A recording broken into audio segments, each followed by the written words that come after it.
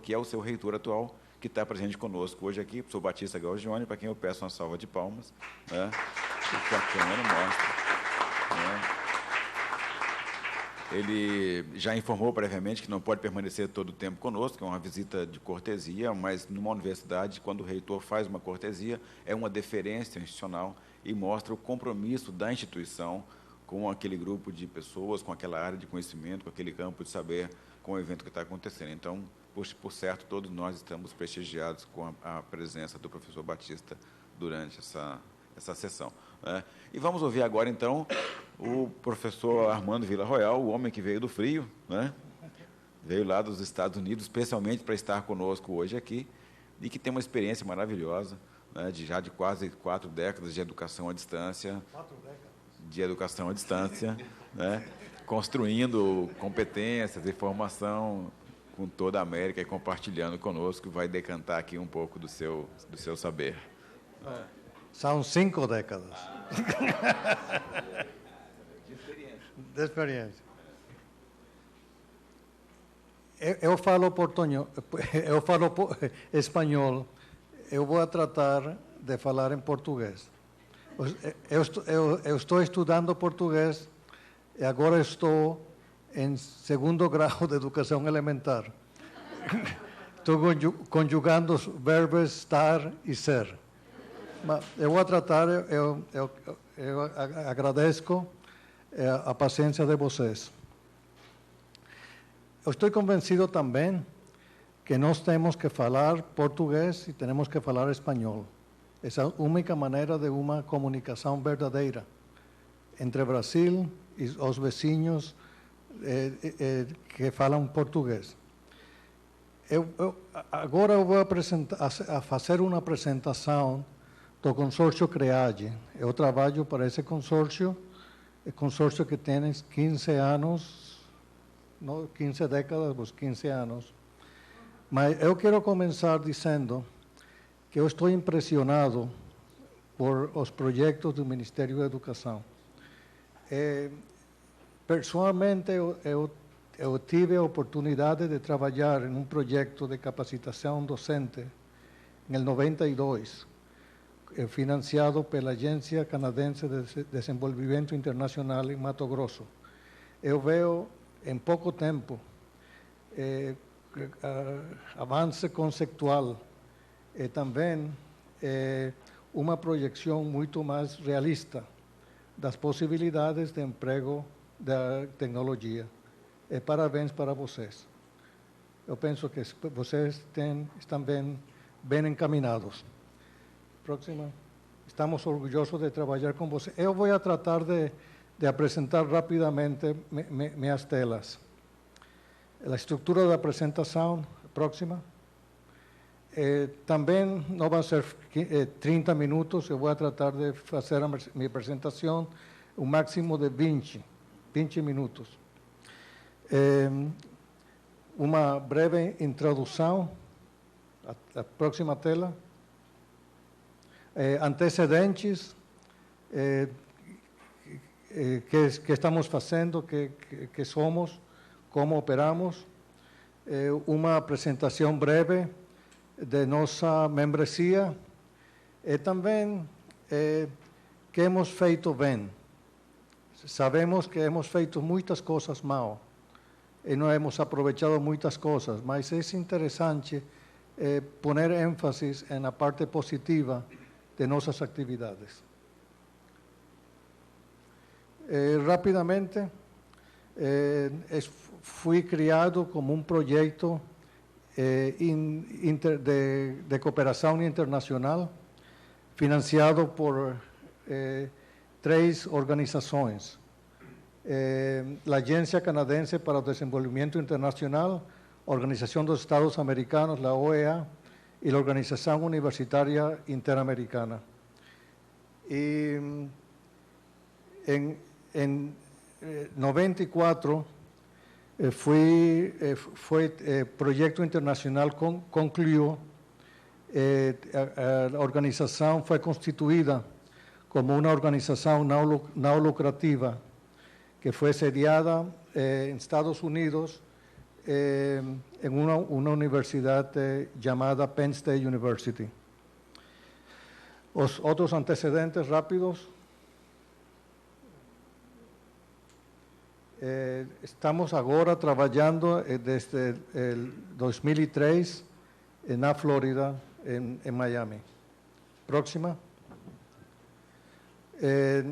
O que hacemos? Si tenemos que describir nuestra misión en una forma breve, podemos decir que esa misión es fundamentalmente ser un mecanismo de cooperación interamericano. Esa ha sido nuestra actividad en los últimos 15 años. ¿Y qué hacemos? Próxima. Fomentamos a cooperación. Pensamos como profesor Helio Chávez que como el Ministerio de Educación va a fomentar una unión, una cooperación a nivel de Brasil, nuestra misión es fomentar la misma cosa, mas a nivel interamericano con gobiernos y con universidades, mas universidades diferentes. Sabemos que falamos español, francés, portugués e inglés. Esas diferencias no pueden ser barreras. Tenemos que salvar las barreras y colaborar juntos, porque todos trabajamos la misma tierra y también el mismo continente americano. Entonces, trabajamos con BID, el Banco Interamericano de Desenvolvimiento, el Banco Mundial, la Organización Panamericana de Salud, OPS, con UNESCO. Hacemos conferencias, trabajamos, tenemos a grande satisfacción de haber trabajado con José María Antón a principios de Virtual Educa, porque pensamos que Virtual Educa es un mecanismo de cooperación muy importante a nivel iberoamericano. ¿Cómo operamos? Próxima. Somos una organización no gubernamental. Hacemos nuestro trabajo directamente con nuestros miembros. Tenemos miembros institucionales, mas también tenemos miembros individuales. Los miembros eligen a junta directoria. A junta directoria conduce el trabajo diario del consorcio. ¿Qué otra cosa? A junta dirección ejecutiva que yo dirijo ahora es el centro, depende de la junta directoria e implementa las direcciones de ella. ¿Y cuáles son nuestros miembros? Tenemos aproximadamente 125 instituciones en Estados Unidos, en Canadá, en toda América Latina, en España y Portugal. Y tenemos aproximadamente 200 miembros individuales. Pensamos que las más importantes instituciones que practican la educación a distancia del continente americano son parte de nuestro consorcio. Estamos esperando a Unisur.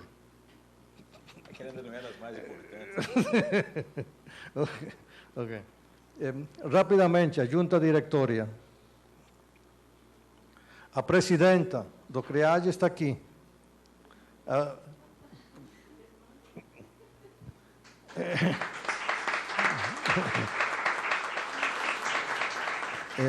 A professora Patrícia Ávila Muñoz, do Instituto Latino-Americano de Comunicação Educacional. É uma organização muito importante a nível interamericano que tem 5 décadas, é certo, 5 décadas de ILSE. Ele tem aniversário este ano. Mas rapidamente, a junta diretória. Representante da NOVA, nossa instituição anfitriã, depois as outras, rapidamente. Brasil, professor Luiz Walter Brand Gomes, presidente da Fundação Euclides da Cunha, em UFE. Não exatamente em Rio, é em Niterói. Os outros, rapidamente, os outros membros, outra tela.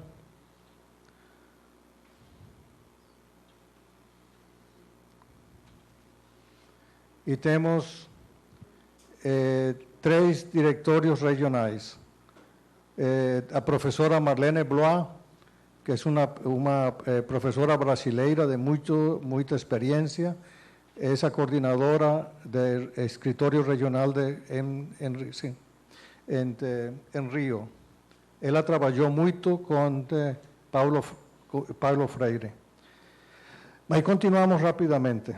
A última parte é nossos sucessos mais importantes. Pensamos que nosso sucesso mais importante é haver sobrevivido.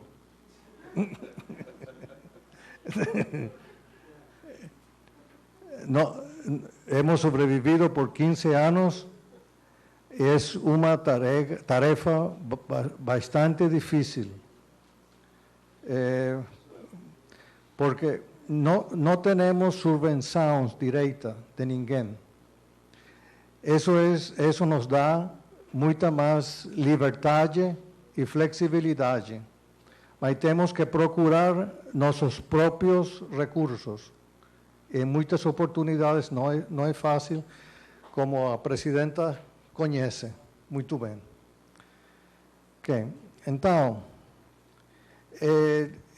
o CREAGE é reconhecido a nível internacional, não somente no continente americano, mas também em muitas outras partes.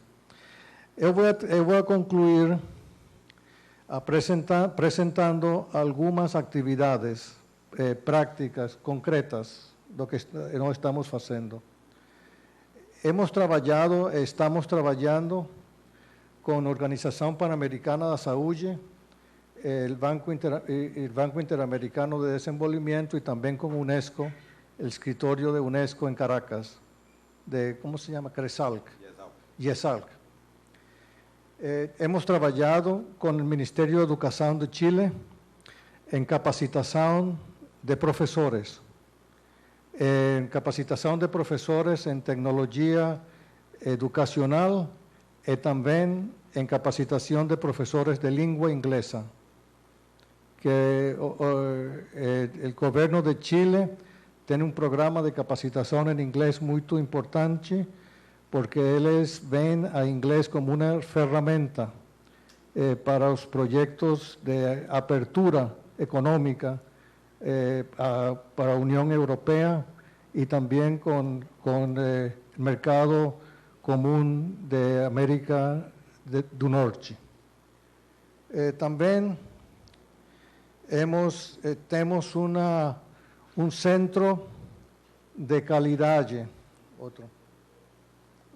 Próxima tela. Eu vou falar com OPS. OPS, como vocês sabem, é a Organização Pan-Americana da Saúde. Temos um projeto de capacitação de personal de saúde com tecnologia. Fundação Fiocruz, Osvaldo Cruz, é um membro do CREAGE. Tivemos uma reunião com eles, a professora Lúcia Dupré está aqui. Vamos a continuar trabalhando neste projeto, porque o diretor Antônio Ivo Carvalho tem muito interesse em aplicação tecnológica para a capacitação de personal de saúde. O próximo. Outro projeto interessante para nós é um projeto de organização de um centro de qualidade de educação à distância, a nível superior. O centro foi organizado em Equador e tivemos uma conferência muito importante em outubro de 1905. Agora a Secretaria Executiva ha sido organizada e vamos ter um taller, não? Workshop. Oficina. No, un workshop. Workshop en Virtual Educa en Bilbao, de un día, para presentar nuestras conclusiones. Okay. Tenemos también toda información, está en la página web, está feita, está colocada en español, en portugués e inglés. Y puede ser accesada directamente por cualquier persona mediante la web. En ese proyecto de conformación de estándares de calidad participaron aproximadamente 50 expertos de muy alto nivel. Pensamos que el Ministerio de Educación puede tener interés en conocer ese aporte que hemos feito. Hemos trabajado con el GDLN del Banco Mundial. Próxima tela. Aquí está indicado, en Canadá, en Estados Unidos. Otra tela. No. Dirección incorrecta. Si você avanza. Ok. Y finalmente voy a hablar de las conferencias internacionales y nuestros servicios de información. Cada año tenemos conferencias internacionales variadas. Año pasado tivemos a 9ª conferencia do Mercosur en Niterói, sediada por la UFE, Universidad Federal Fluminense. Este año vamos a tener la 10ª conferencia de Mercosur. Cuando yo conocía a você fue en Foz do Iguazú, Vianney. Sí. Foz do Iguazú en el 97. La próxima conferencia de Mercosur va a ser feita en Buenos Aires y va a ser especializada en salud. Finalmente, última cosa, nuestros servicios de información. Trabajamos en 3 lenguas, fundamentalmente, español, portugués e inglés. Toda nuestra página web, que es www.creat.org, está feita en esas 3 lenguas y usted puede navegar en español, portugués o inglés. Tenemos también una forma de comunicación que es feita por correo electrónico. Mandamos correos a aproximadamente 5.000 personas. Pensamos también divulgar información. Si usted quiere información sobre sus actividades, ponemos ese instrumento a su disposición. Empleamos ese instrumento también para publicitar Bilbao, Virtual Educa Bilbao 2006 y también para publicitar el Congreso en 2007 aquí en esta ciudad, en esta universidad. Eso es todo. Muy obrigado y muchísimas gracias.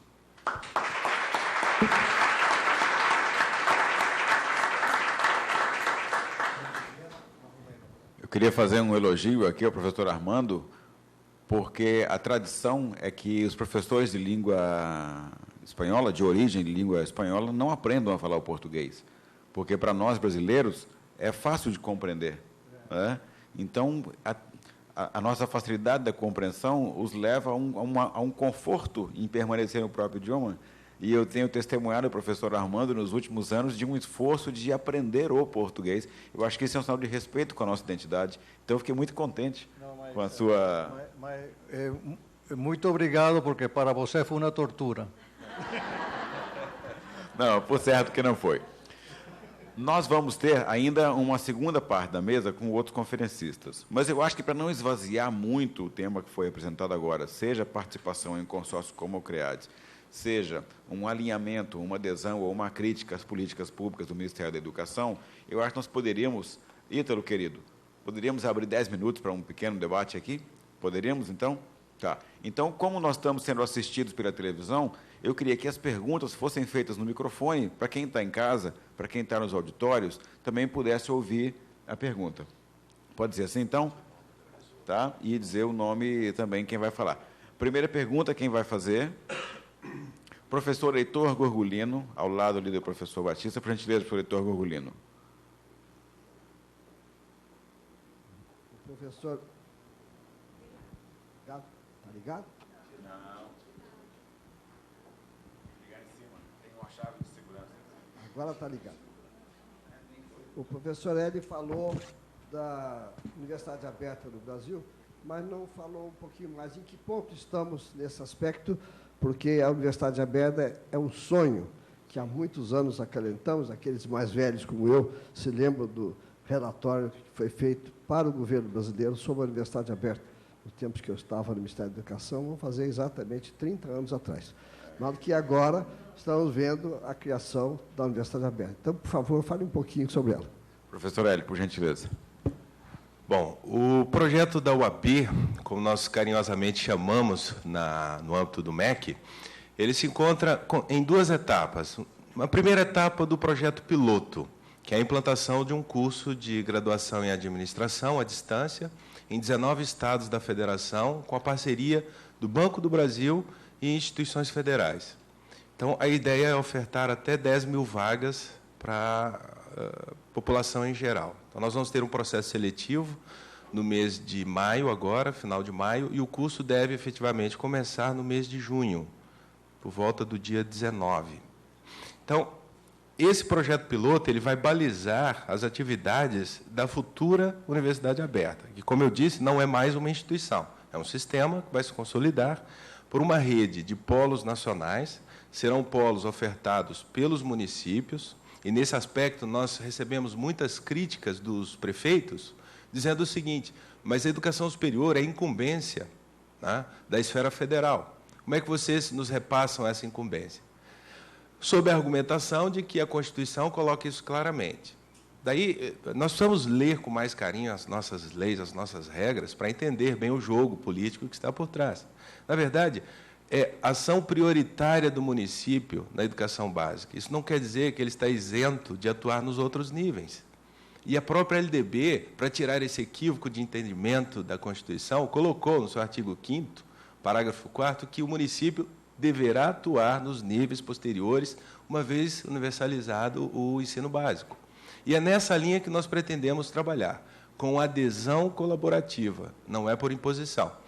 E, assim, nós vamos ter municípios, já recebemos várias propostas de implantação de polos de educação à distância, e esses polos serão o braço operacional das universidades no interior. Em outras palavras, as universidades, ao proporem os seus projetos de cursos superiores à distância, e aí tem que ficar registrado que é para qualquer curso superior, pode ser graduação, pode ser tecnológico, pode ser mestrado e doutorado, e a pós-graduação que foi possibilitada pela regulamentação atual, né? Então, esses cursos que forem projetados, eles poderão ser levados aos municípios, principalmente esses municípios que têm demanda reprimida. E hoje o trabalho que nós estamos pensando para a comissão de avaliação das propostas é de fazer um grande estudo de base acerca de exclusão na educação superior no Brasil. Não vai ser uma mera análise de projetos. Não, nós vamos ter um trabalho sistematizado que vai durar em torno de 6 meses para fechar um grande relatório nacional para realmente consolidar uma política clara para a educação à distância no Brasil. Então, quer dizer, nós precisamos ainda, infelizmente, criar o fato para justificar a política posteriormente e financiamento.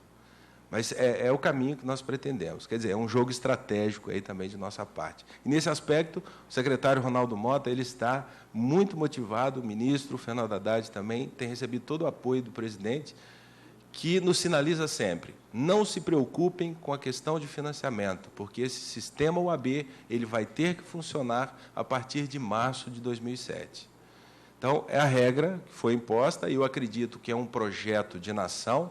Se vocês encontrarem qualquer propaganda político-partidária, duvidem, que não tem nada a ver. Nós estamos pretendendo articulação com as universidades, e a grande chance de ele permanecer e perdurar e ter sustentabilidade é justamente por esse vínculo. Vínculo com municípios e vínculo com universidades.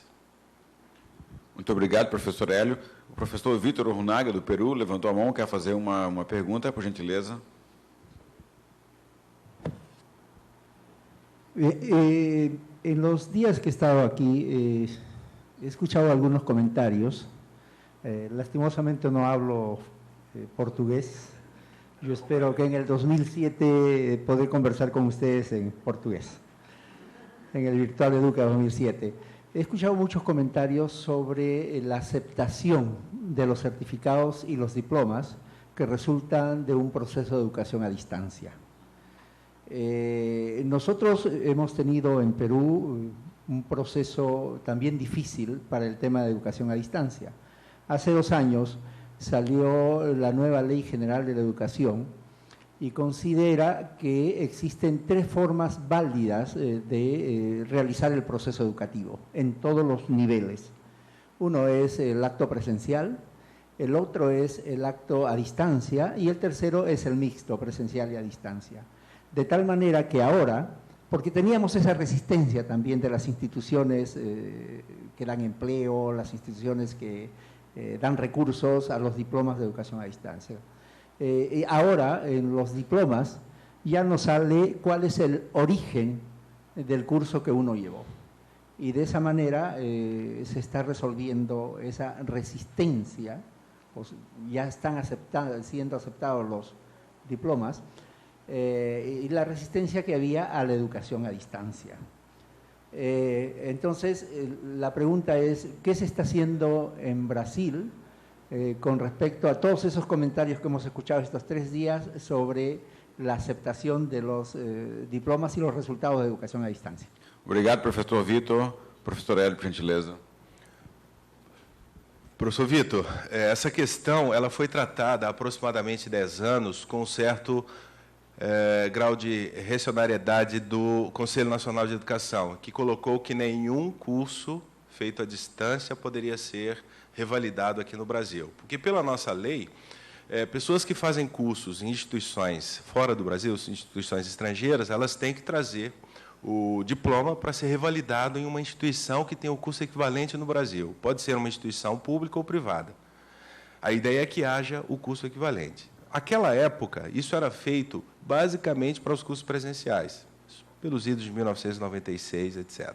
Agora, com a atual regulamentação de educação à distância e também pela atual política de aceitação e consolidação de AD, nós rompemos com esse paradigma e hoje nós entendemos que cursos feitos em instituições estrangeiras, não vamos mais dicotomizar. Cursos feitos no estrangeiro, eles podem ser revalidados junto às instituições superiores. Lógico, nós temos a questão da autonomia universitária. O Ministério da Educação não pode interferir nessa questão junto às universidades, principalmente as públicas. E o que ocorre? Nós teríamos que analisar a validade desse curso do ponto de vista acadêmico. E quem faz isso, e quem tem competência constitucional para isso, é a instituição que vai fazer a revalidação. Pode ser em grau de recurso, eu quero citar um caso aqui, que um professor, se não me engano, da USP, ele fez um curso de doutorado no MIT, era um curso de propulsão para foguetes, algo que não há equivalência aqui no Brasil. Então, quer dizer, há casos que os cursos são tão específicos, são tão especializados, em que há uma certa dificuldade de encontrar uma instituição aqui que revalide. Então, nós precisamos compor uma junta de especialistas para avaliar aquele caso em grau de recurso no Conselho Nacional de Educação. Então, perceba que há todo um jogo, toda uma série de filigranas aí que acompanham esse processo. São complicados. Mas, hoje, preferimos não ter essa tendência. É à distância? É presencial? A ideia é trazer o diploma e ser analisado no âmbito da instituição. Obrigado, professor Hélio. Apenas uma complementação. Os diplomas emitidos no Brasil para os alunos que fazem um curso de graduação à distância não trazem que o curso foi feito por educação à distância. A lei que regulamenta a educação à distância no Brasil, a lei de origem, ela coloca que há uma equivalência para todos os níveis e modalidades. Então, não há nenhuma distinção se é melhor ou se é pior. Nós temos no Brasil ainda poucos cursos concluídos, poucas carreiras completadas por educação à distância. Então, você não tem ainda uma pesquisa ampla sobre os egressos. Mas os poucos cursos que nós temos já concluídos, a maioria deles de pedagogia, os professores egressos têm apresentado uma performance muito boa. Em concursos, têm sido aprovados na mesma razão e proporção dos professores que fazem as mesmas formações na modalidade presencial. Então, nós não temos encontrado uma diferença, um desequilíbrio, nem a maior, nem a menor, na performance dos egressos dos cursos superiores à distância. Uma última pergunta antes do nosso intervalo. Não há perguntas? Então, eu mesmo respondo que nós temos 10 minutos para o intervalo e ela vai dar informação de intervalo para que a gente possa ir e voltar nos 10 minutos, porque como tem uma transmissão pela televisão, nós temos um compromisso com quem está nos assistindo. E nós estamos dizendo para ele, que está em casa, que está na faculdade, que está na escola, que são 10 minutos, nós temos de cumprir e honrar esses 10 minutos. Ok? Aqui, ó. O convite para o café vai ser feito, então, por ela. Vamos agora ao intervalo de 10 minutos. O coffee break está sendo servido no andar de cima. Em seguida, nós voltaremos. Com novos convidados.